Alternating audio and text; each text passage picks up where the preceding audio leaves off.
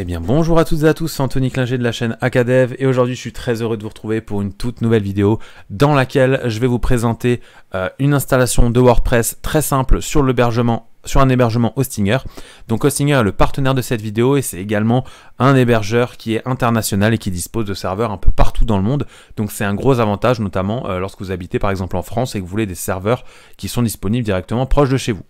Alors, il dispose de 3 plans d'hébergement actuellement. Vous avez les hébergements Premium, Business et Cloud Startup.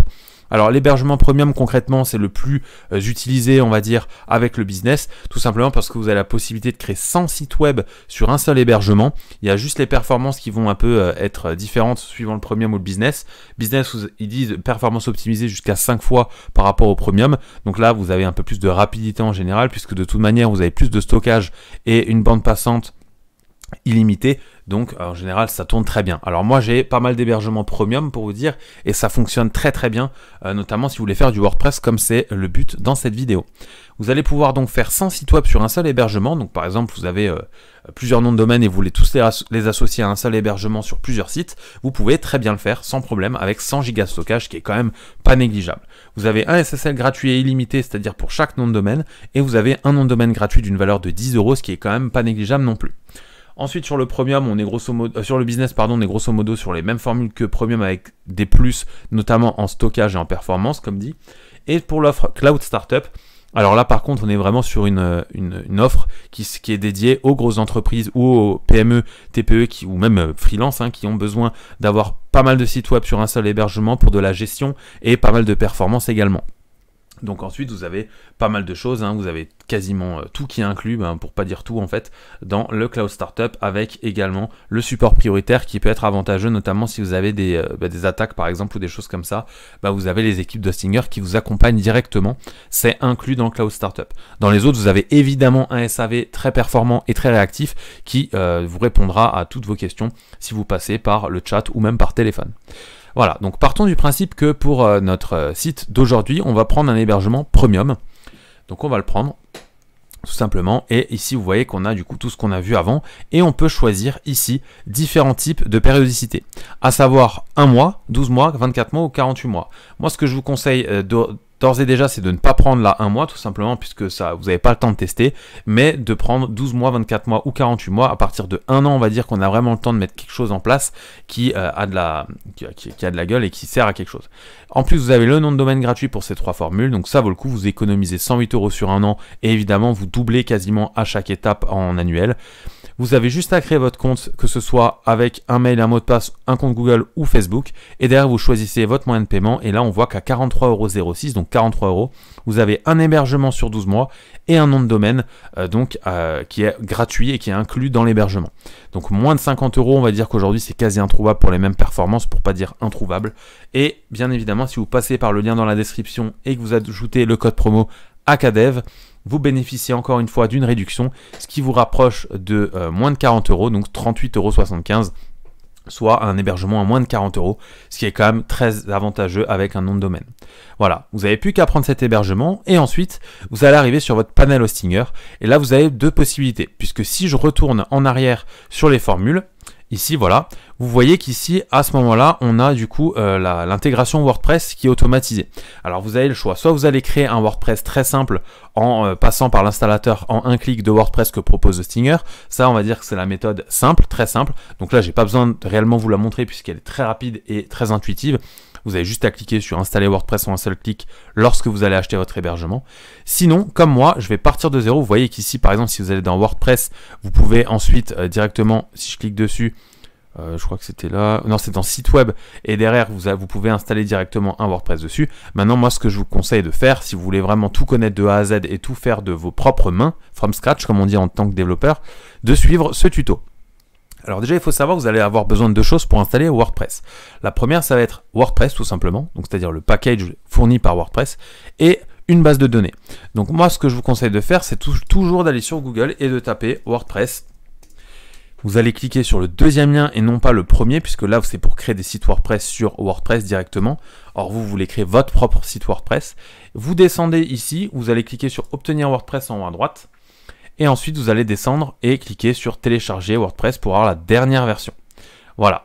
Donc là, vous pouvez télécharger absolument où vous voulez. Par exemple, moi je le mets dans mon dossier téléchargement. Ça se télécharge, voilà. On peut quitter cette page. Et ce que vous allez faire maintenant, si je vais par exemple sur mon nom de domaine que j'ai acheté, qui était lié du coup à mon hébergement akadev.fr, pour l'instant j'ai juste un fichier index.html avec akadev.fr. Si je vais ensuite dans tableau de bord gestionnaire de fichiers, je vais pouvoir ici accéder aux fichiers qui sont disponibles sur mon serveur et qui sont directement reliés à mon nom de domaine. Donc je vais dans public HTML, sur tous les hébergements Hostinger, vous avez un fichier do not upload here, tout simplement puisqu'ici vous n'allez pas pouvoir voir, et c'est tout ce qui se passe avant ce qui est public. Donc vous allez dans public HTML, ici j'ai donc mon fichier index.html, je le supprime. Pardon, qu'est-ce que je viens de faire? Tac, on va, je le fais download, vous supprimez, delete, voilà, et là vous n'avez rien. Normalement ici, on a le WordPress qui est quasi terminé. On va attendre 10 secondes, juste histoire qu'il finisse de télécharger et vous allez voir que ça va être assez rapide. Donc voilà, le téléchargement de WordPress est terminé et maintenant on va pouvoir passer à la suite. Donc pour ça, vous allez cliquer sur la maison qui est juste ici pour revenir à la home et là vous avez donc public HTML et do not upload here.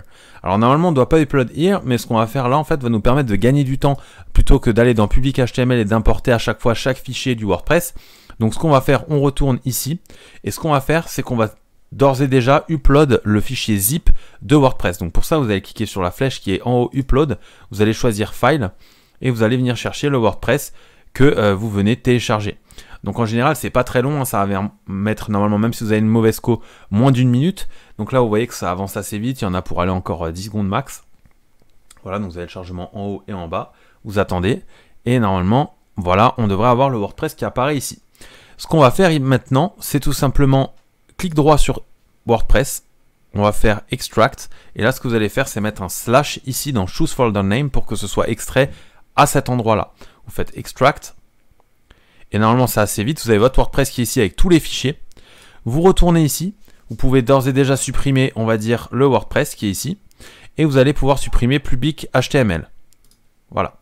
Ce que vous allez faire maintenant, vous l'avez peut-être compris, vous faites clic droit rename et vous allez appeler ce dossier public HTML. Tout simplement, c'est une petite astuce qui vous permet de gagner du temps plutôt que d'à chaque fois tout upload.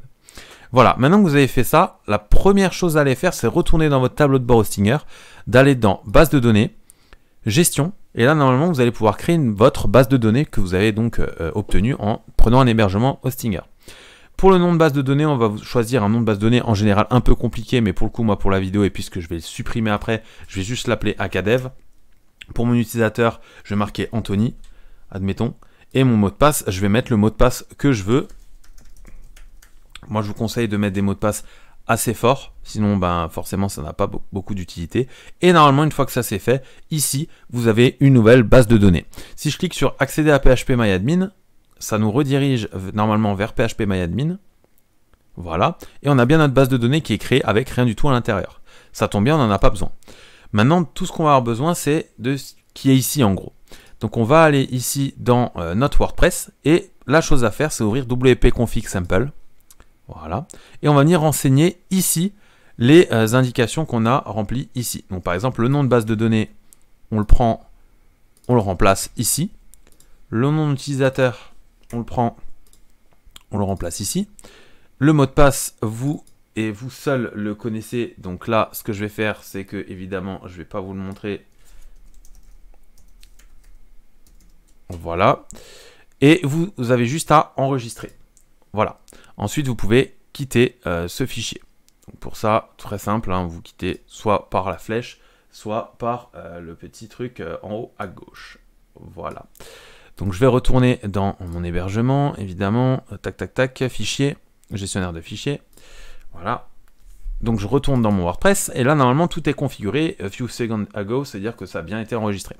Maintenant ce qu'on va faire ici, on va faire clic droit et on va enlever le -sample de WP config. Vous faites rename et là normalement juste cette petite action vous permet en fait de gagner énormément de temps sur l'installation de WordPress. Puisque là maintenant, si je vais sur mon site et je fais entrer, on a maintenant l'installateur de WordPress de base qui s'est affiché. Par exemple ici on va pouvoir mettre le nom du site, mettre admin par exemple ici, on va mettre admin 123 si vous voulez mettre admin 123, on s'en fout, de toute façon je vais supprimer ça donc on n'en a pas besoin. Vous mettez ici votre adresse mail, donc vous pouvez mettre akadev par exemple .yt@gmail.com, je vais mettre la mienne. Ici en attendant on va demander au moteur de recherche de ne pas indexer le site, vous faites installer WordPress Et là, normalement, c'est installé. Vous n'avez plus qu'à vous connecter avec les identifiants que vous venez de mettre. Donc, nous, on a mis admin et admin 1, 2, 3. Se connecter.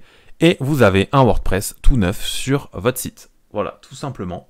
Vous avez vu qu'en quelques étapes seulement, on a pu installer WordPress très facilement sur notre site et que tout est fonctionnel. C'est-à-dire que là, en fait, ça va vite. Je peux retourner sur mon dashboard de WordPress. Et vous voyez qu'on peut naviguer très rapidement. Donc, WordPress est très rapide sur les hébergements Hostinger. Voilà.